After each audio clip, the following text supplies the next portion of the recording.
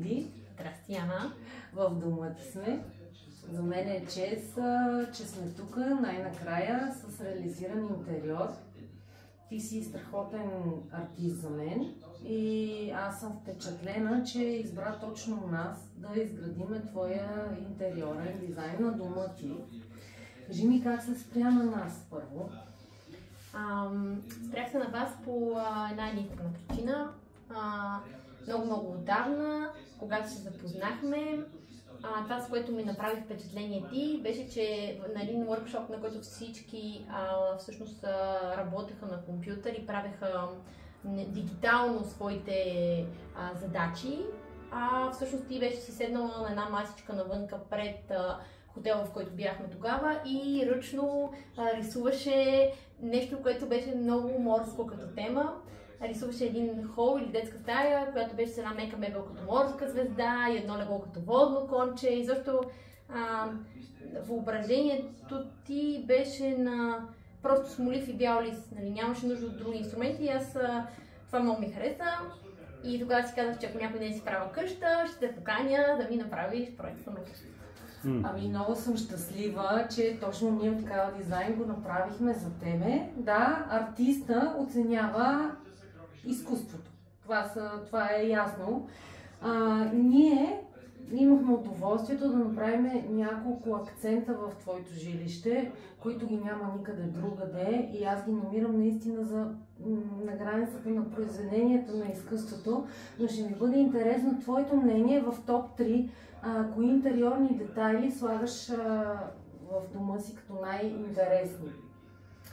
Добре, значи най-интересни. Всяка стая си има акценти, нали, всяко помещение си е само за себе си в нашия дом. Но кое е общото между тях, че във всяко едно помещение има елемент, който е близо до природата и я олицетворява. В кухнята имаме мозайка, която прилича на рибена люспа, на вода, на някакъв такъв воден елемент. Съответно във всяка една от другите стаи има дърво, тухла, оникс, жив мъх и така нататък. Любимите неща са ми, може би, оникс в банята, който е с подсветка отзад и когато влезна да си взимам душ, се чувствам все едно съм в недрата на земята, защото аз светкам само него. Съответно, дъщеря ми и съпруг ми също се къпят на този режим. Второто любимо нещо ми е дървото в стаята на Рая. То е олицетворение на това, че ние трябва да сме близо до природата и изобщо цялото мъха, заедно с обемно-пластичната структура на секцията е така много хем е артистично, хем много ни успокоява погледа, като го гледаме, защото той е много голям. И последният детайл, който ми е много любим, е корковата мозайка над спалнята ни, което също ми носи усещането за това, че съм в някаква хижа, че съм в планината, за това, че освен това е прахо и влагоизолираща, което пък създава изключителна акустика в стаята, защото, както знаем, звука не рикошира от едната в другата стена, съответно е много по-лесно се успокояват сетивата, за да може човек да си почива. Така че това е степенувано. Тези любими моменти на Диди са любими и на нас и ние сме вложили душа и сърце там. Знаеш какъв път изминахме заедно, не беше кратък, имаше и няколко препятствия, нали, минахме една-две планини заедно. Ти сега можеш ли да кажеш, че това, което е твоя дом е удовлетворяващо и че си е струвало да минеш през целия този път? За мен винаги е бил важен процеса, въпреки че крайният резултат ни е много удовлетворяващ, аз винаги уча и се развивам в процес. И гледам съм постоянно в процес. Аз като артист, и като автор, и като маркетолог, и като художник, като знак, като родител, като майка, като приятел, гледам съм в процес. Не толкова, целта не е крайният резултат, целта е да научим нещо от случващото се и от нашата съвместна работа аз научих много. Крайният резултат ме удовлетворява много, защото това е един дом, който отговаря на това как живееме и как мислиме. Прилича на нас самите като хора и е създаден точно за стила на живот, който ние водим. Човек няма как да не се чувства удобно в дом, който е създаден по мярката му. Това е едно да обуеш твои чифдънки и да кажеш, че не си окей, пак те ти стоят супер. Така че нашата къща ни стои супер. Тези думи точно са награда за нашата работа и аз съм изключително благодарна, че ни се доверихте и до края и гласувахте доверие. Общо взето, даже и търпение проявихте накрая. Сега да те питам за твоята дъщеря Рая. Тя какво казва за новия ви дом, как го преживява, нещо интересно?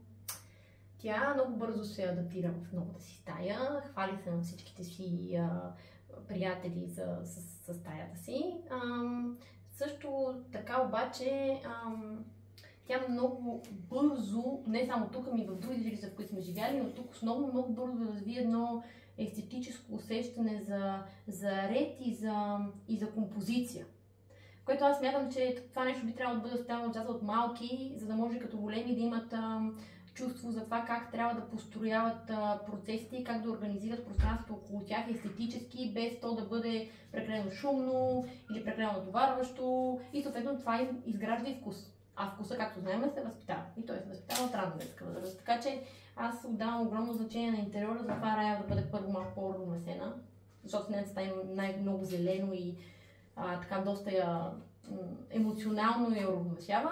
И също така отдавам много голямо значение на това, че тя прави разлика между собствения си дом и домовете, в които присъства. Там забелязва някакви интересни акценти, които ги има и прави комплимент. Когато обаче ги няма, също забелязва и ме пита: мамо, тук защо, примерно те много четат, пък те нямат голяма библиотека. Забелязва, че когато дома не е организиран спрямо обитателите си, което за мен е голям плюс, защото тя ще израсне с това усещане. Помня, че едно от заданията специално за изграждане на интериора на твоето дете, на детската стая, беше всъщност този интериор да възпитава. Да дава култура, да дава стил, да дава начин на мислене, което явно чувам, че вече работи. Да. Супер. И последен въпрос. Би ли минала отново през такова нещо? Би ли се обадила на интериорен дизайнер пак? Да. Абсолютно. Стига да имам нов дом или къща или каквото и да е. Аз много вярвам в това, че всеки трябва да прави това, в което е добър и ние не можем да бъдем добри в много неща, защото качеството на нещата, които правим, намалява. Аз самата съм била интериорен дизайнер, съм работила като интериорен дизайнер 2 години, доста стресов период от живота ми, към който не бих се върнала професионално. Но това ме накара да опозная спецификата на работа и да имам изключително уважение към колегите, които го правят. Защото един интериорен проект е винаги свързан с изключително много технически детайли, освен естетическата му част. И това, което хората не виждат, когато видят един завършен интериор, е огромният труд и внимание и усилия и мисъл, които са вложени. А това не можеш да го направиш сам. Тоест, ние активно, двамата знаеш, с Димо участвахме в изграждането на интериор с идеи, с референции, но всъщност ако трябваше да го направим сами, резултата нямаше да бъде и наполовина толкова добър. Така че да, пак бих използвал интериорен дизайнер и смятам, че всеки човек, който уважава себе си и личното си пространство, дома, в който живее и има възможност финансова, трябва да се обърне към интериорен дизайнер. Безкрайно съм ти благодарна. Винаги ме вдъхновяваш. Диди, благодаря ти. И аз благодаря много. Много хубаво стана. Това ли?